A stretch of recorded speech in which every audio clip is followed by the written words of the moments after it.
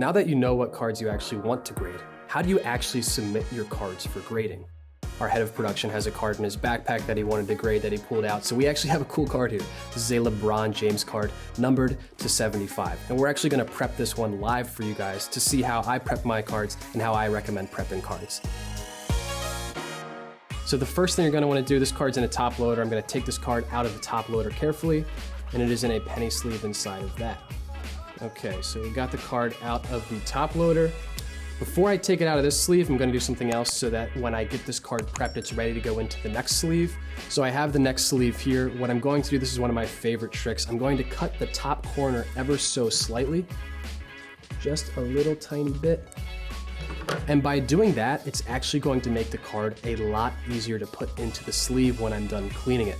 By doing it this way, I'm going to be sure to not mess up the corner of the card that goes into the sleeve last. You'll see what I mean when I actually do it, but as silly as it seems, this is actually really helpful, and has probably saved me thousands of dollars over the years of grading. So now that we have this sleeve ready, and we have the card in the sleeve here, I'm going to take this card out of the sleeve. And my other trick here is if the card is sticking to the sleeve, you can just blow ever so slightly into the top of the sleeve. It will free up the card. Just make sure you're not spitting it all, because that will really mess up a card. Now I had to handle the surface of the card there just a little bit to get it out, so I will be sure to make sure I clean that spot. Now, as you can notice, I'm handling this card by the edges. I'm not touching the corners, I'm not touching the surface. Like I said, I had to touch the surface just a little bit to get it out of the sleeve since it was in there pretty tight, but now I'm only going to be touching the edges. If you touch the surface, you can get fingerprints on the card. If you touch the corners, you can damage the corners extremely easily. So as you grade your cards, do your best to only handle them by the edges. All four edges are fine, you can touch any of those, use any of those, but keep your fingers off the surface and keep your fingers off the corners. Now I'm gonna give this card one last look as well. I can see the fingerprint I popped on there right at the very top. I'm gonna clean that off. There's a couple other little white dots on here. I'm gonna see if they rub off. Sometimes they don't rub off, that's okay. You still wanna try them, but don't press too hard because you can actually damage a card if you try to clean it too hard. So I have my microfiber cloth here. I'm gonna get that now. And I'm going to first go for that fingerprint that I just made. And that wipes right off. Fingerprints almost always wipe right off. Some of these little white dots here I'm gonna hit as well. That one doesn't wanna come off, but I'm not gonna press too hard. This is a little bit of a delicate card. There's a little mark on the edge of the card that just came off. So I don't wanna press too hard there. You can, ever so slightly, make your cloth just a tiny bit damp, but don't make it too wet. You can mess up a card that way. Sometimes that can be the thing that actually helps get that little piece of dust or that speck off the card. So I'm gonna look this over once more on the front. And you gotta make sure, you gotta do the front and the back too. Some people probably only do the front and neglect the back.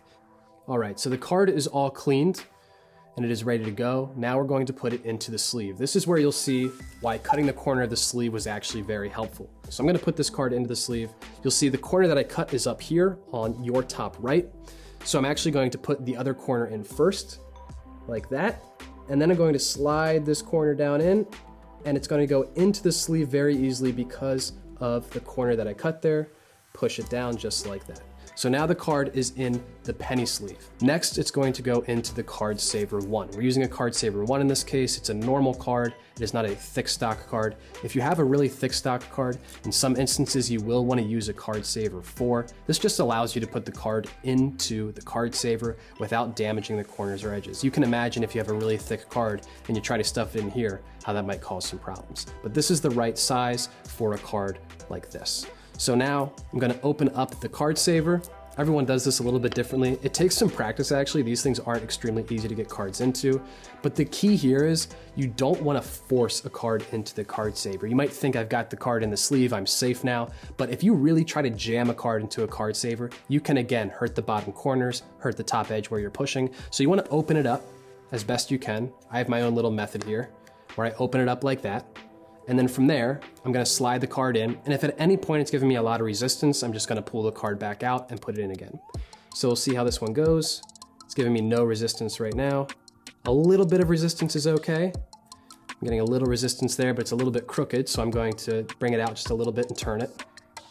And now I've got no resistance again. And we're in. Okay, great.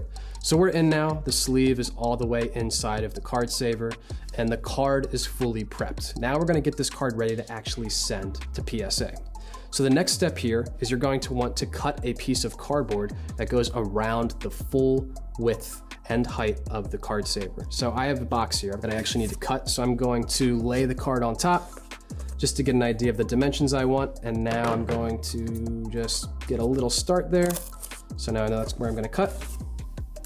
And I'm gonna cut through this.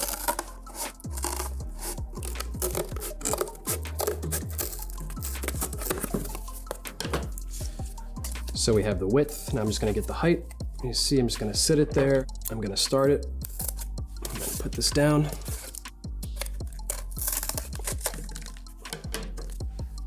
And now I'm just gonna match this size with the next piece. So that looks like the right width already. And I'm just gonna hit it right here.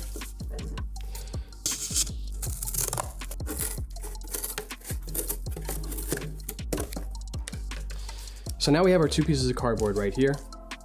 The LeBron James card is going to sit on one piece. We'll put another piece on top of it. And then we are going to rubber band these two together. So I've got my rubber bands. I'm going to just carefully put these around the cardboard. Now you want to make sure you don't do this too tight. You can definitely over rubber band a card and start to crush the cardboard and the card, which you want to be careful not to do.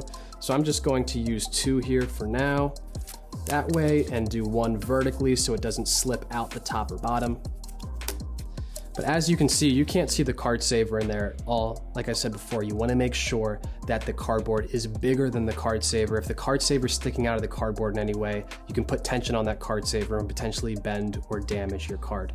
So this one is ready to go, beyond the fact that once you get your PSA order number, you're going to write it on the front, and then you're going to attach your forms to the back, and you are ready to go. Whether it's PSA or SGC or BGS, this is how you're gonna do it. You're gonna write your order number on there, put the form with it, put some more bubble wrap around it, put it in a box. Now everyone has a slightly different method for packing their cards, but at the end of the day, you wanna make sure that they're just safe and not gonna get damaged. This is the way that I do it. I know some people will also get all their cards together and put them in a bubble mailer and put the order number on that, and then wrap that in bubble wrap and put that in a box.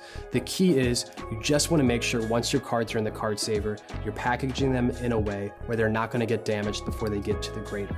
That's the major key here. If you have your own way of doing it, that's totally cool. This is how I do it. This is how I've always done it. I think my gem rate's pretty good. I think I'm a pretty good grader. We'll see. Maybe this card's gonna come back like a 5 now. But anyway, that's how you do it. That's how I do it. And that's basically it. That's how you grade your cards.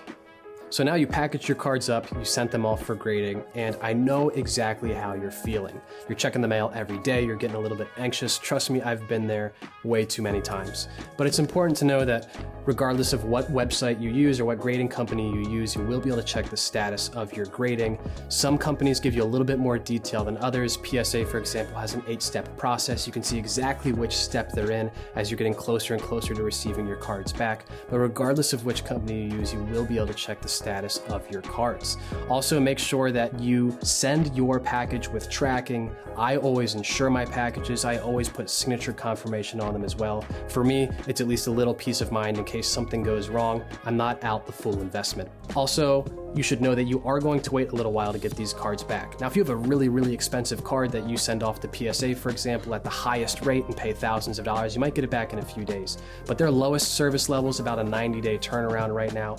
SGC, I think, is somewhere in the 60-day range. BGS, I'm not 100% sure, but regardless of which grading service you use, you're gonna have to wait a little bit to get your cards back. So don't be alarmed. It might take a little while, but that is par for the course.